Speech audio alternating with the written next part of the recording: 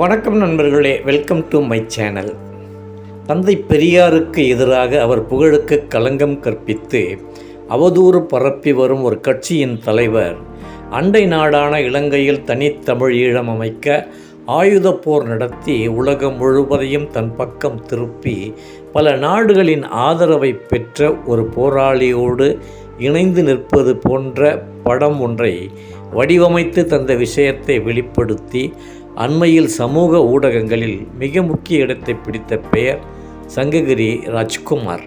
திரைப்பட இயக்குனரான அவரது இயக்கத்தில் கடந்த 2011ஆம் ஆண்டு வெங்காயம் திரைப்படம் வெளியாகி பத்திரிகையாளர்கள், திரையுலக மற்றும் அரசியல் பிரபலங்களால் பெரிதும் பாராட்டப்பட்டது. ஆனால் படம் தோல்வி அடைந்ததாக கூறப்படுகிறது.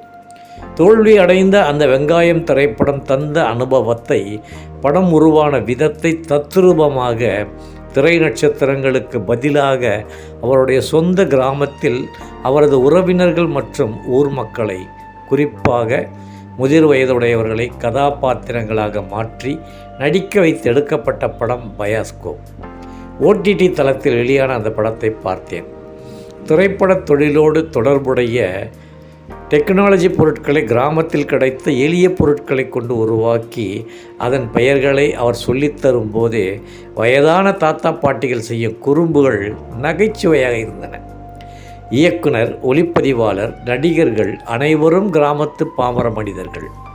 தெருக்கூத்து கலைஞரின் மகனாக கதாநாயக பாத்திரத்தில் சங்ககிரி ராஜ்குமார் நடித்துள்ளார். அவரின் பாசமான பாட்டியாக நடித்தவர் பெரிய நடிகையாகி அரசியல் கட்சி தொடங்கி முதலமைச்சராகும் கனவோடு செம்மையாக நடித்திருக்கிறார். பேச்சிலும் அவர் சொல்லித் திரிவது அழகு. அவருடன் இணைந்து நடித்த தாத்தா பாட்டிகள் உள்பட அனைவரின் நடிப்பும் என்னை மிகவும் ரசிக்க வைத்தது. ஒரு கதையை உருவாக்கி அது திரைப்படமாக்க எதிர்கொள்ளும் தடைகள் அத்தனையும் கடந்து திரைப்படமாகி அதனை விற்பனை செய்ய போராடுவது, படம் ரிலீஸ் ஆகி தியேட்டரில் படம் பார்க்க ரசிகர்கள் வராத நிலையில் ஒரு இயக்குனரின் மனநிலை, தோற்றுப்போய் ஊருக்கு திரும்பும் வேளையில் பசியோடு ஒரு திருமண மண்டபத்திற்குள் நுழையும் போது அவரது திரைப்பட கரு ஒருவரின் மனதை மாற்றி நன்மை நிகழ்ந்ததை மணமக்கள் வீட்டாரும் மணமகளும் ஸ்லாகித்து பாராட்டி பேசும்போதே, அண்ணே நீங்கள் எங்கே இருக்கீங்க தெரியல, உங்களால் எனக்கு ஒரு நல்ல வாழ்க்கை கிடைத்துள்ளது, உங்களுக்கு நன்றி சொல்லணும் போல இருக்குது என்று சொல்லும்போது அங்கேயே நின்று இருக்கும் இயக்குனரின் கண்களில் ஆனந்த கண்ணீர் வழிந்து தன்னுடைய உழைப்பிற்கு கிடைத்த வெற்றியின் மனநிறைவோடு சாப்பிடாமலேயே செல்லும் காட்சி என்னை கலங்க வைத்து விட்டது. ஜெய்ஸ்டார்டா இயக்குனர் என்கிற மனநிறைவு எனக்கு வந்தது. நிறைய காட்சிகளில் டச்சிங் இருந்தது.